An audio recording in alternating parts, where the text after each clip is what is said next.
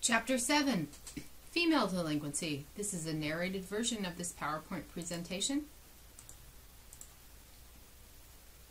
Introduction. The popular view of juvenile delinquency was formed by looking at male behavior.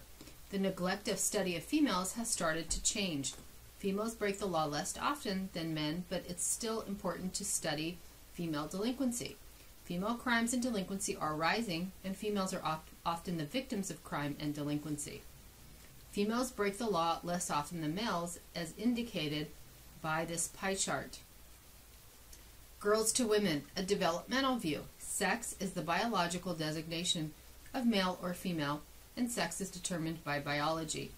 Gender refers to the characteristics attributed to and accorded to males and females by their societies and cultures on the basis of sex. Gender is determined by society. Physical development of girls. Few physiological differences account for why boys and girls might become antisocial. Late maturing bodies hold different problems for boys and girls. Early development in boys might mean they excel at sports sooner or engage in delinquency sooner. Young people develop metacognition. Adolescent egocentrism, when youths become so absorbed in their own lives they can't view the world from other perspective. Cognitive isolation allows teens to become self-absorbed. Psychological and social development. Identity. Feldman. Girls have a more difficult time with self-esteem than boys. Fitting in and being popular. Popularity becomes a goal for teens. Dating and sex. Because boys develop more slowly than girls, girls are often attracted to older boys. Cutting the strings of parental control. Boys are allowed more freedom at an earlier age than girls. Girls commit less delinquency, commit less serious delinquent acts, are treated differently by justice officials, are easier to put back on the right path than boys. Females have a different experience with the justice system than males. The incidence of female delinquency is far less than that of males. Females show up in crime statistics at a lower rate for two reasons. One, females commit fewer and different types of offenses, and the justice system treats females differently. The extent and nature of female delinquency. The pattern of female crime is different across age, geographic location, type, and seriousness.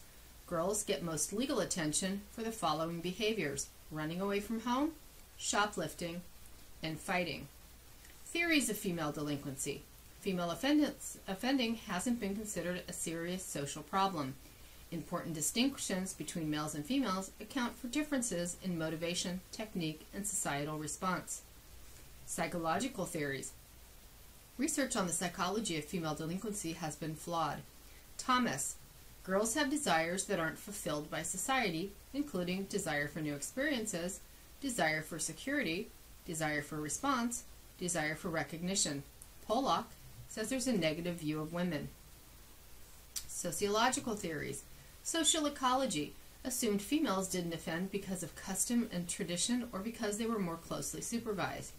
Strain theory suggests antisocial women were assumed to want the same things as antisocial men. Chesney, Lynn, and Sheldon. Many early theorists explained female delinquency as girls' inability to adopt their natural role. Labeling theory. Primary deviancy, demeaning labels, and secondary deviancy, the girl acts like the label. Critical theories speaks to female delinquency issues as part of an overall pattern of discrimination. Gender can be considered as an indicator of class.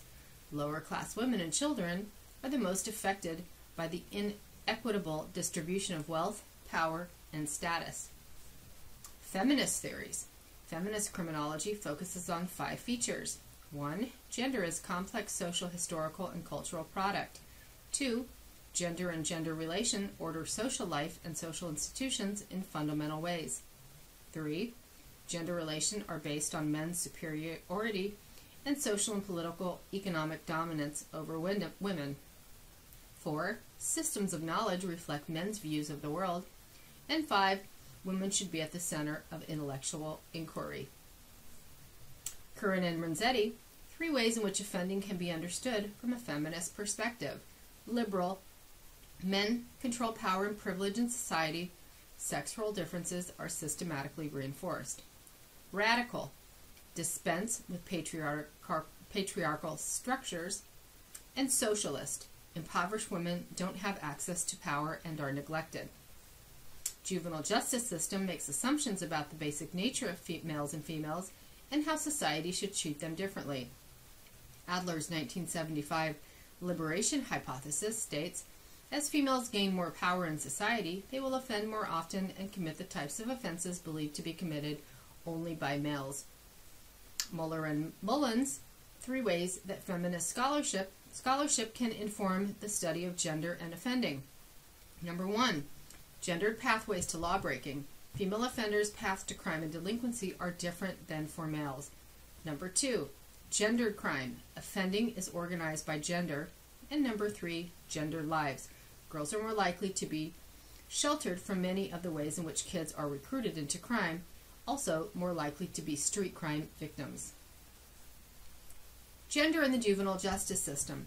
Because the juvenile justice system handles so fewer girls than boys, the system has fewer alternatives for processing and sentencing girls. Also, the lack of female facilities reflects the aversion society has to incarcerating girls. Chivalry hypothesis. Girls are treated more leniently because officials consider girls to be weaker, helpless, and less threatening, mostly accorded to females who conform to traditional gender stereotypes. Evil woman hypothesis. Female who commit serious offenses are treated in a harsher manner. Discretion. Decisions made by law enforcement. Girls are more likely to be questioned about sexual activities. Predisposition court decisions. Girls are more likely to be released to their own parents than are boys. And girls display advanced sexual attitudes and more likely to get provocative protective custody.